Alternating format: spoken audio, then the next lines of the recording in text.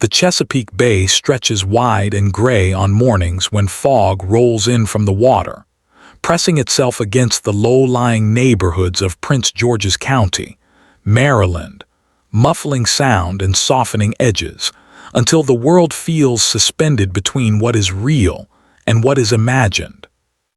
It was on just such a morning in the autumn of 1997 that a young woman named Sandra Holloway, 29 years old, a school cafeteria worker and mother of 2 small children, left her modest brick home on Cloverfield Drive in District Heights and was never seen alive again.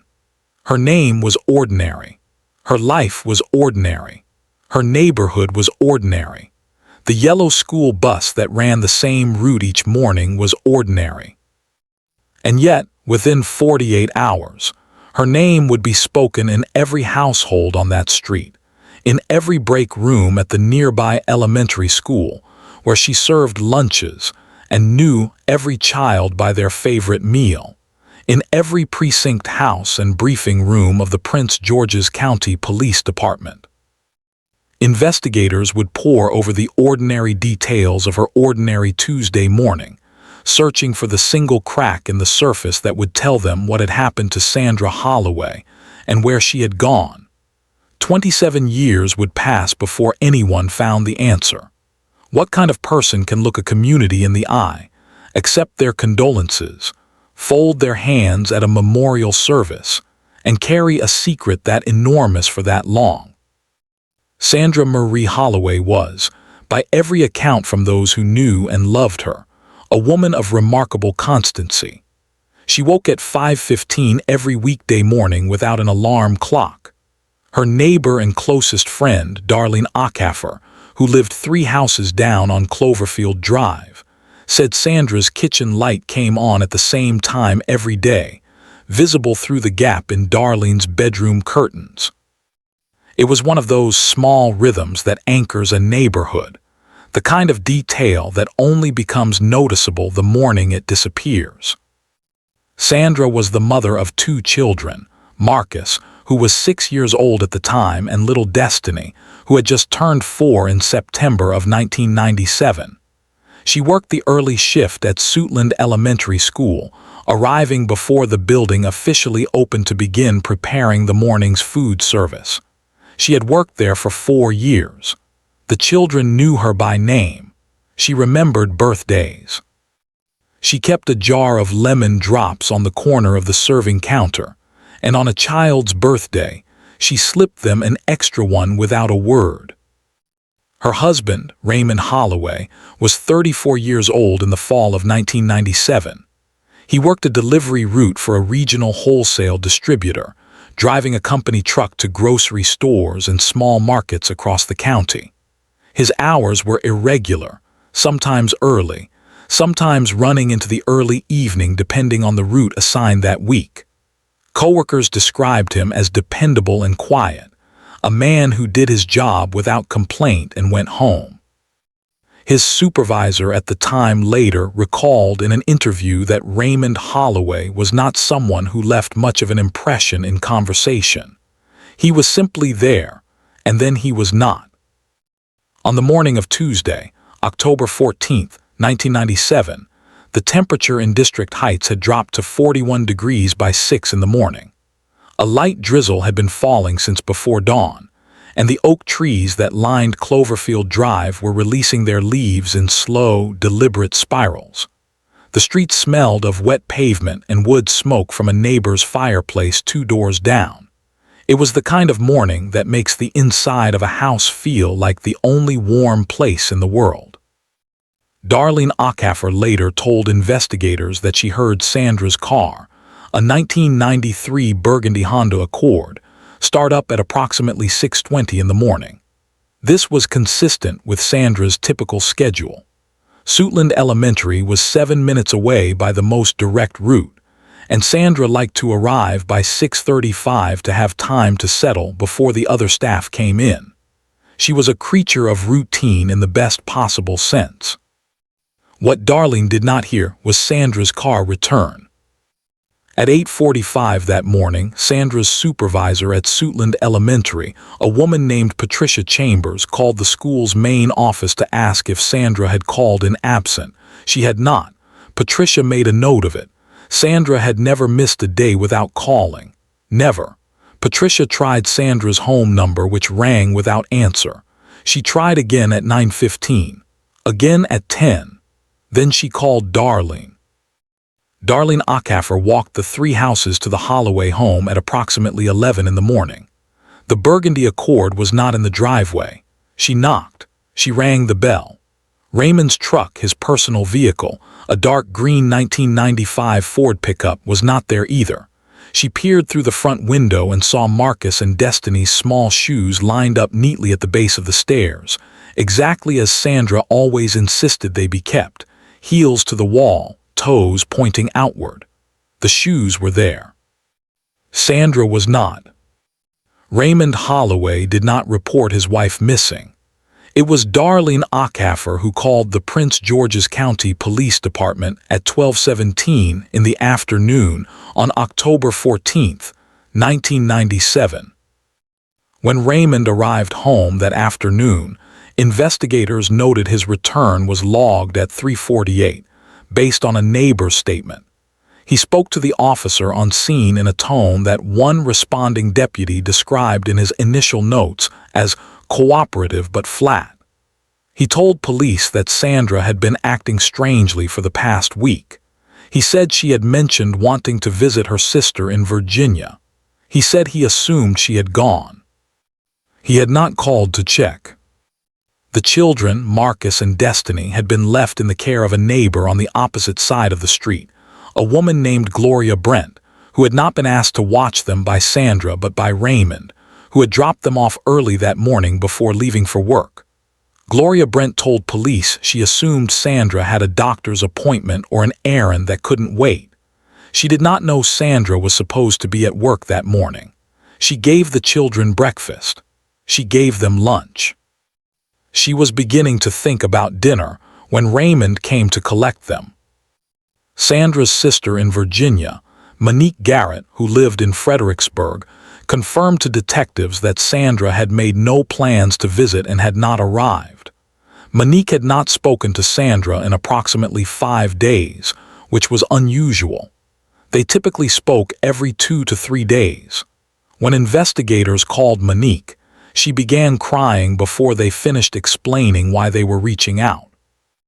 Sandra's burgundy Honda Accord was found 3 days later, on the morning of Friday, October 17th, parked in the lot of a strip mall on Auth Road in Marlow Heights, approximately 4 miles from the Holloway home. The vehicle was locked. The driver's seat was pushed back slightly farther than Sandra's usual position. She was 5'3" and kept the seat close to the pedal. The gas tank was nearly full. There was a half-finished bottle of water in the cup holder, Sandra's work badge clipped to the visor, and on the back seat, a paper bag from a nearby pharmacy containing children's cold medicine and a box of tissues, a purchase Sandra had apparently made sometime in the days before her disappearance. Her purse was not in the vehicle.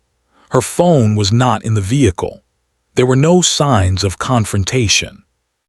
The parking lot had no functioning security camera.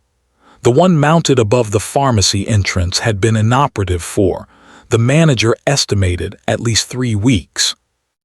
Marcus and Destiny's small shoes stayed lined up at the base of the stairs on Cloverfield Drive, heels to the wall, toes pointing outward.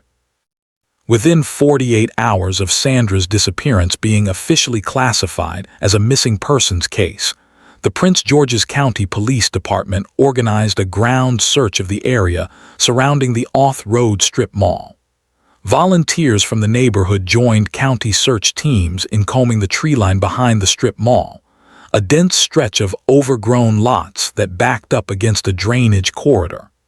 The weather remained cold and damp through that second week of October. Searchers wore orange vests over heavy coats. Dogs were brought in. Helicopters swept the wider area. They found nothing. The community response was immediate and sincere. The cafeteria workers at Suitland Elementary organized a prayer vigil on the school grounds the Friday evening after Sandra's disappearance. More than 200 people attended. A photograph taken at that vigil and later published in the Prince George's Sentinel showed a sea of candles in the parking lot, faces lined with worry and cold. Raymond Holloway attended. He stood slightly apart from the main group, his 2 children pressed against his legs. He wore a dark jacket and a gray scarf. He held his candle. He did not speak publicly. Several of Sandra's colleagues from the school told detectives in the days following her disappearance that Raymond had called the school the previous week, 3 days before Sandra vanished, asking whether Sandra had mentioned anything about personal problems at home. The administration assistant who took the call, a woman named Brenda Hutchins, found the inquiry strange but had no way of understanding its significance at the time. She mentioned it to a detective almost as an afterthought. The way people mentioned the thing they didn't know was important until much later. Those who knew him said Raymond seemed almost relieved to be asked direct questions. He sat down with detectives voluntarily and answered everything they asked. He was never evasive in the obvious ways. He simply gave answers that, when examined carefully, left more questions behind than they resolved.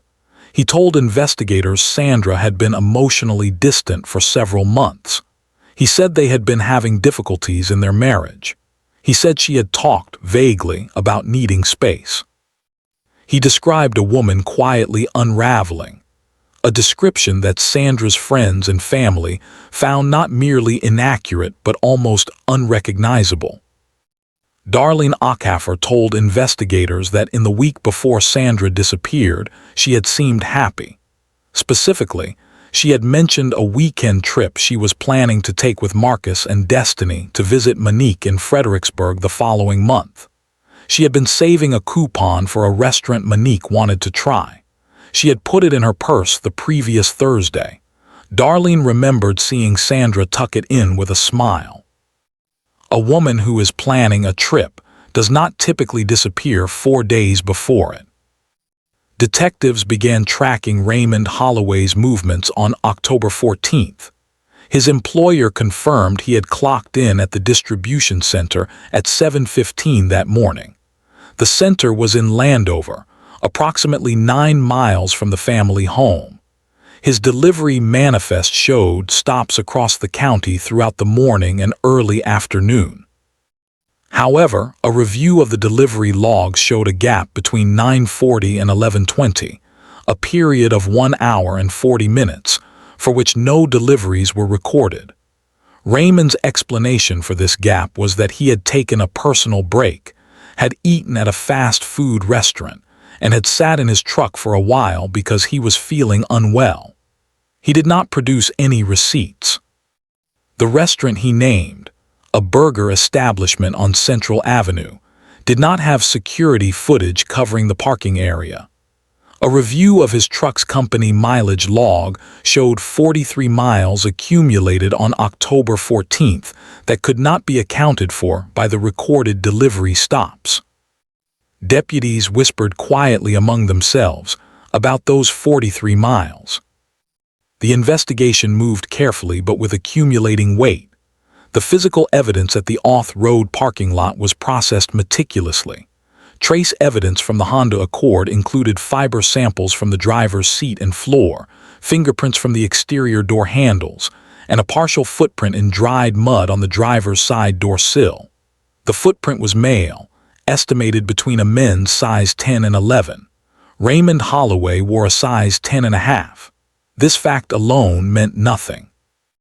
The parking lot was shared by multiple businesses. Any man might have rested a foot on that sill, but investigators cataloged it all the same. The medical examiner's office reviewed Sandra's available health records and noted no documented history of psychological distress, no history of voluntary disappearance, no prior episodes of erratic behavior.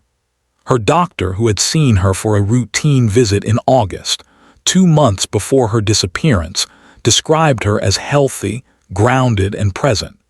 She had asked about a flu shot for her children.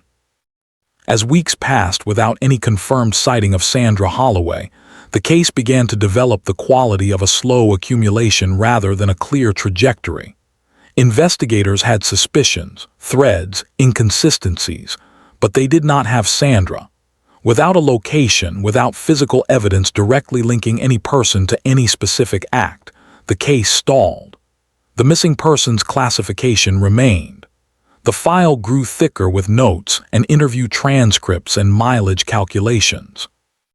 The case did not close, but it did slow.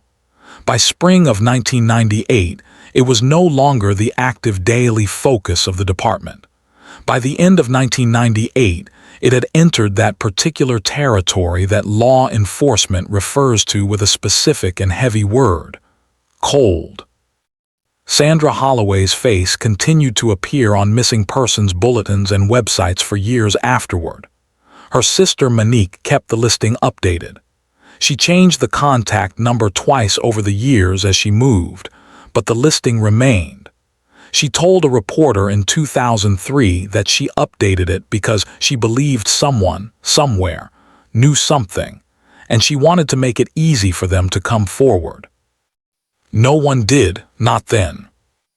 By the summer of 1999, nearly 2 years after Sandra's disappearance, Raymond Holloway had sold the house on Cloverfield Drive and relocated with Marcus and Destiny to a rental property in Upper Marlborough, roughly 12 miles south of District Heights. He offered no public explanation for the move, and he was not required to give one. Real estate agents who handled the sale later recalled that Raymond had seemed eager to close quickly and did not negotiate on the asking price, accepting a figure below market value without discussion. Darlene Ackhaffer stood in her driveway the morning the moving truck came and watched without approaching.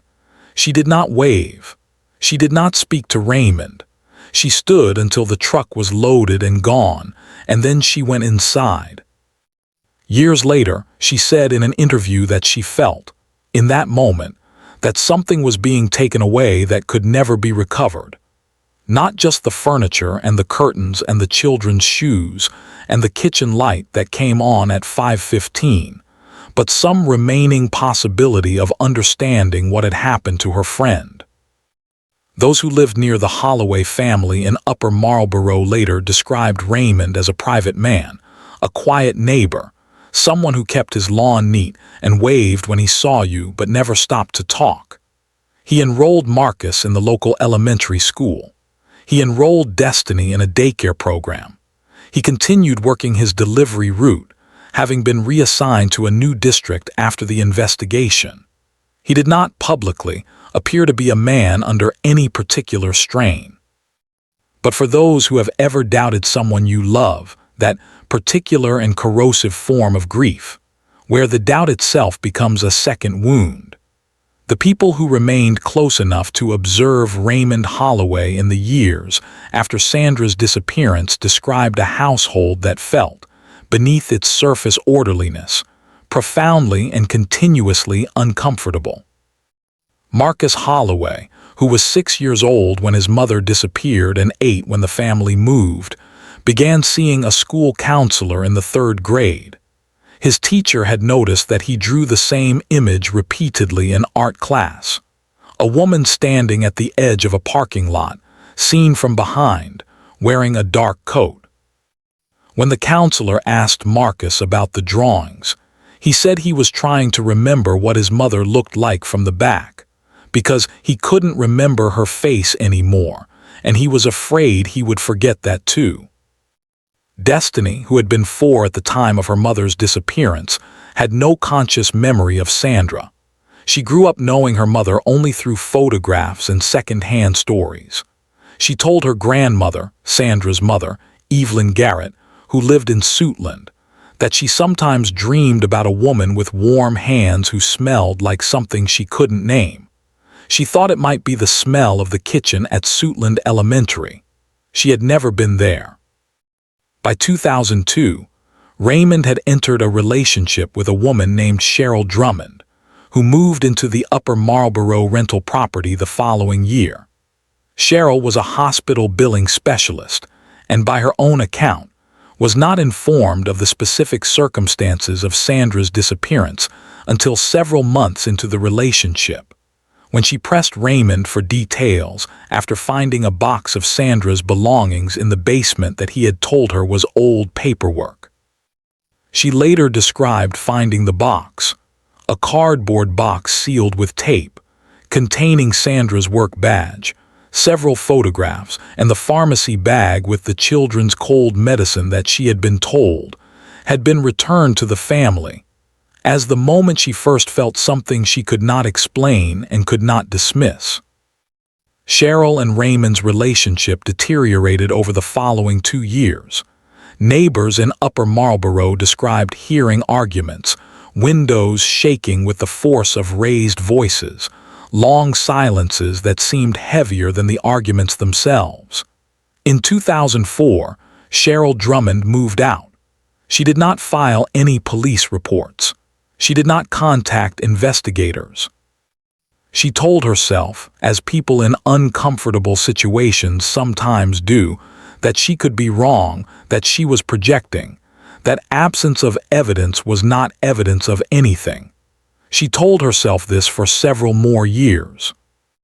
Evelyn Garrett, Sandra's mother, filed a civil petition in 2005 seeking greater access to her grandchildren, arguing that Raymond had increasingly restricted their contact with her following the move to Upper Marlboro. The family court process was long and unresolved. Raymond did not legally block the petition, but he did not facilitate it either. He rescheduled visits. He changed his phone number twice. He relocated again in 2006, this time to a townhouse in Bowie, and the distance and irregularity of contact with Evelyn became, over time, a kind of quiet erasure. Evelyn Garrett kept a framed photograph of Sandra on her mantelpiece for the rest of her life. Sandra at 22, in a yellow sundress at a family cookout, laughing at something just off frame. There were other photographs, but Evelyn returned to this one most often. She told Monique it was because in that photograph, Sandra looked the way she sounded on the phone, completely, uncomplicatedly happy. The case file at Prince George's County sat in a storage archive, reviewed periodically, flagged as unresolved, but generating no new leads. The investigator who had been primary on the case in 1997, a detective named Earl Simmons, retired from the department in 2008. Before he left, he made a point of walking the cold case unit through the Holloway file one final time.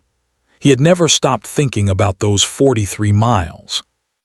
He told the unit's supervisor, in what would become a much-quoted remark, that he had never in his career felt more certain about a conclusion he could not prove. He tapped the mileage log and the parking lot footprint analysis and the gap in the delivery records, and then he put on his coat and walked out of the building for the last time.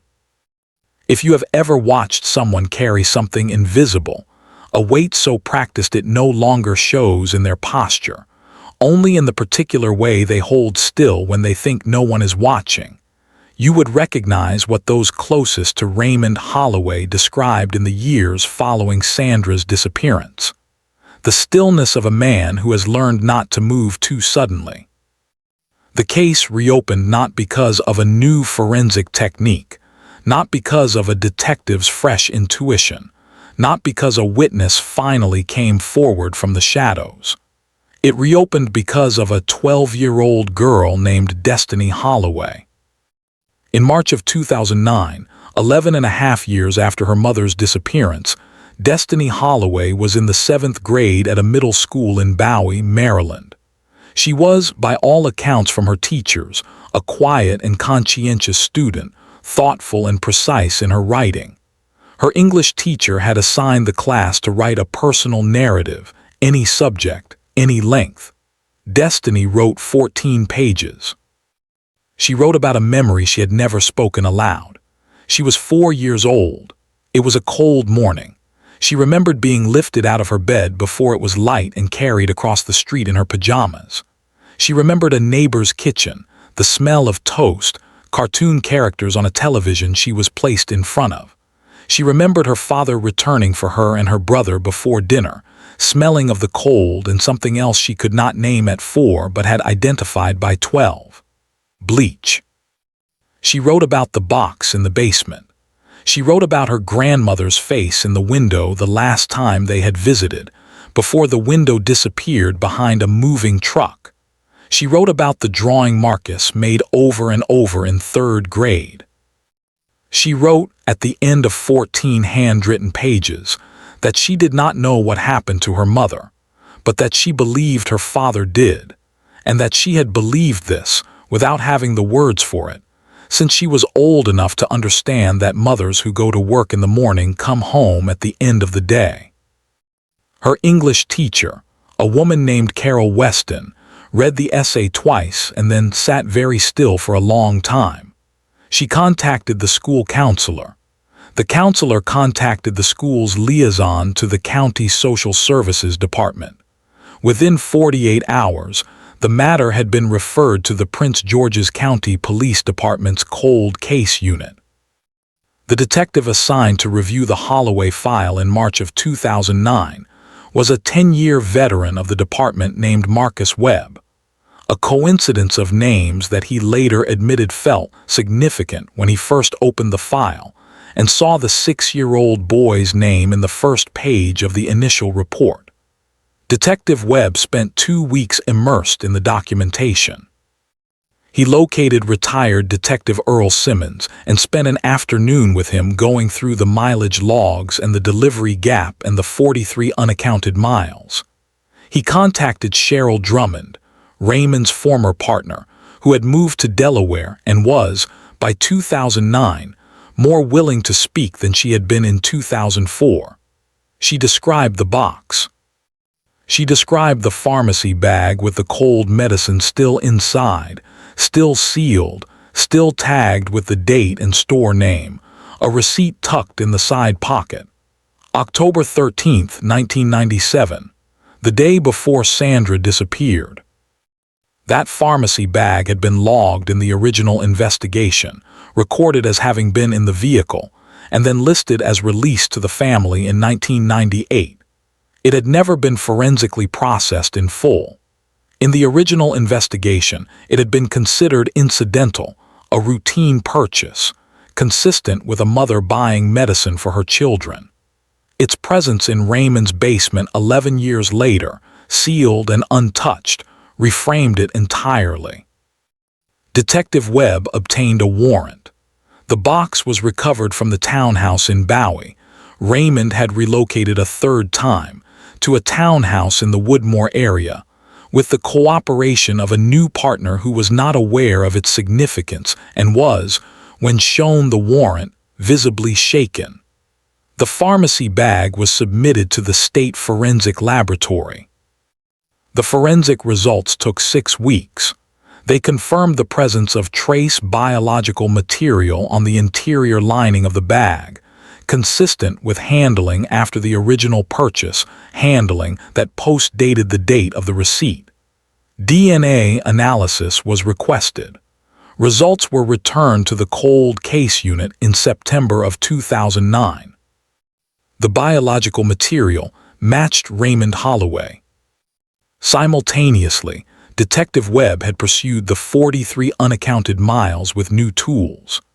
A cell carrier subpoena, technology not readily available in 1997, produced historical records showing that Raymond Holloway's cell phone had connected to a tower in the early morning hours of October 14, 1997, along a cell corridor consistent with travel south on Maryland Route 5 toward Charles County. The phone had gone silent, no connections, no activity between approximately 9:50 in the morning and 11:30. It reconnected to a tower in Landover, near the distribution center, at 11:43.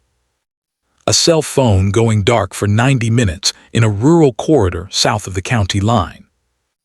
In November of 2009, Detective Webb and the Cold Case Unit, working in conjunction with the Charles County Sheriff's Office, organized a ground search of a remote wooded area off a secondary road in La Plata, Maryland, approximately 31 miles south of District Heights. The area had been identified through a combination of the cell tower corridor, topographical mapping of locations accessible from Route 5, without passing a significant number of commercial areas, and a single additional piece of evidence, a toll plaza photograph from the Woodrow Wilson Bridge approach, recovered from archived records, showing a vehicle consistent with Raymond's company truck moving south at 10:12 on the morning of October 14, 1997. The image was not sharp enough for a definitive license plate read in 1997 technology. By 2009, enhancement processing made the first 4 characters of the plate legible, and they matched Raymond's assigned vehicle. The ground search in La Plata began on a gray Thursday morning in November 2009 and continued for 4 days. Cadaver detection teams worked a designated radius from the identified secondary road. On the afternoon of the second day, the dogs alerted at a location approximately 90 meters from the road, in a depression at the base of a heavy stand of pine trees. The area showed evidence of significant disturbance consistent with the passage of 12 years of weather and natural process. The remains were recovered. Forensic analysis confirmed they were those of Sandra Marie Holloway. Raymond Lee Holloway was arrested at his place of employment in Landover, Maryland, on December 3, 2009, at 9:17 in the morning. He was placed in handcuffs beside his delivery truck in the parking lot of the distribution center where he had worked, in some capacity, for over a decade. Colleagues stood at the warehouse bay doors and watched without fully understanding what they were seeing. His supervisor later told reporters that Raymond had clocked in that morning exactly as usual, had spoken to no one beyond a brief exchange about a route reassignment, and had shown no outward sign of anything. The supervisor said he looked, as he was arrested, exactly the way he always looked: composed, flat, present and unreachable at the same time. The Prince George's County State's Attorney's Office filed charges of first-degree murder and related counts. The news was carried by every regional outlet within hours. Television crews set up outside the Bowie townhouse. A reporter drove to Cloverfield Drive in District Heights and filmed the exterior of the house where the Holloways had lived, unchanged in its brick facade. A different family's bicycle now locked to the porch rail where Destiny's stroller had once been parked. The reporter stood on the sidewalk and described the quiet of the street, the ordinary Tuesday morning character of the block, the way the oak trees had shed all their leaves.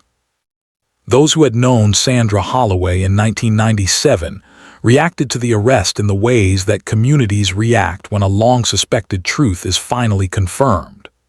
Patricia Chambers, Sandra's supervisor at Suitland Elementary, told a reporter that she felt no satisfaction, only a profound and hollow grief. She said she had thought about Sandra every single year on October 14th, had made a point of it, as a kind of witness. Brenda Hutchins, the administration assistant who had taken Raymond's strange phone call about personal problems at home, wept on camera, and said she had wondered for 12 years whether she should have said something sooner, done something sooner. Investigators gently noted that she had, in fact, told detectives. The information had been recorded and included in the file. It was simply one thread among many that could not, at the time, be pulled into a complete fabric. Darlene Acaffer, who had moved out of Cloverfield Drive herself in 2002, gave a brief interview from the front step of her home in Temple Hills. She said very little. She said that Sandra had been the best neighbor she had ever had, that her kitchen light coming on in the morning had been a comfort she had not understood until it was gone, and that she hoped wherever Sandra was now, she could feel that her children, her daughter in particular, had been remarkable. Cheryl Drummond, speaking from Delaware, said she had not been able to forget the box in the basement. She said she had tried to convince herself she was wrong for years, and that the only thing she regretted was not acting on what she knew sooner. She asked not to be photographed. The reactions of those who had doubted were quieter and more complicated. Some of Raymond's coworkers from the distribution center expressed shock that bordered on disbelief. One man, who had worked the same loading dock as Raymond for 6 years, told a local news outlet simply that he had never seen anything that made him think Raymond was that kind of person. This is a statement that investigators and behavioral analysts note is among the most common responses to arrests in cases of this nature. The absence of visible darkness does not mean the absence of darkness. Monique Garrett, Sandra's sister, who had maintained the missing persons listing for 12 years and updated the contact number twice as she moved and changed her life, did not speak publicly immediately following the arrest. She issued a brief written statement through the family's attorney. It read, in part, that her family was grateful to the investigators who had never fully let the case rest, and to her niece Destiny, whose courage had been the actual turning point. It read that Sandra Marie Holloway had been a loving mother, a warm friend, a woman who gave lemon drops to children on their birthdays and called her sister every few days just to hear her voice. It read that no courtroom outcome would bring Sandra back, but that truth, even when it arrived 12 years late and cold and heavy, was still truth and still mattered. Raymond Lee Holloway was tried in the Prince George's County Circuit Court. The trial began in the spring of 2011. The prosecution presented the cell tower records, the toll plaza photograph, the forensic analysis of the pharmacy bag, the testimony of Cheryl Drummond, the testimony of Destiny Holloway, who was, by then, 14 years old and who sat in the witness box in a blue dress, and answered every question in a steady and clear voice. The delivery gap in the 43 miles, and the findings from the La Plata recovery site. The defense argued that the physical evidence was circumstantial, that cell tower records could not definitively establish location, that Destiny Holloway's account was the product of years of accumulated grief and suggestion, rather than actual memory. The jury deliberated for 3 days. On a Tuesday morning in late April 2011, nearly 14 years after a burgundy Honda Accord was found in an off-road parking lot with a half-finished bottle of water in the cup holder and a work badge on the visor, the jury returned a verdict of guilty on all counts. Raymond Lee Holloway, then 48 years old, showed no visible reaction when the verdict was read. He stood still. He folded his hands. He looked at a point somewhere above the heads of the people in the courtroom, and he said nothing. He was sentenced to life in prison, without the possibility of parole. Outside the courthouse, Marcus Holloway, by then 20 years old, stood on the steps with his arm around his grandmother Evelyn. He did not speak to reporters. He did not need to. He stood in the pale April sunlight and breathed. His grandmother held the framed photograph from her mantelpiece, Sandra in the yellow sundress at the cookout, laughing at something just off frame.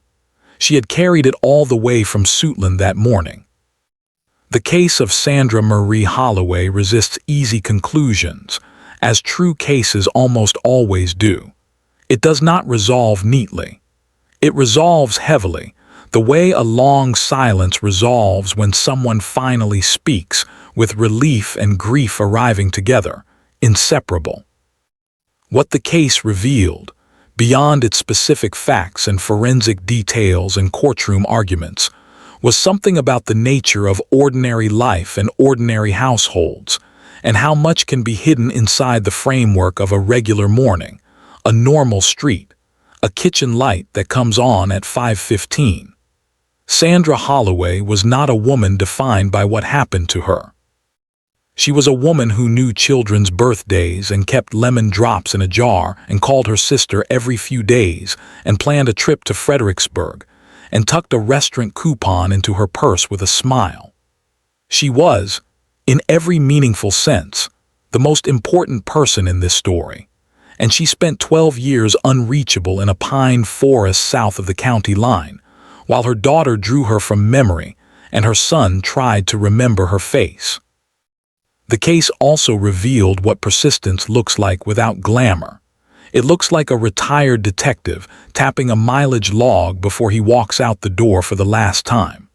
It looks like a missing persons listing being updated twice across 12 years by a sister who refused to stop being findable.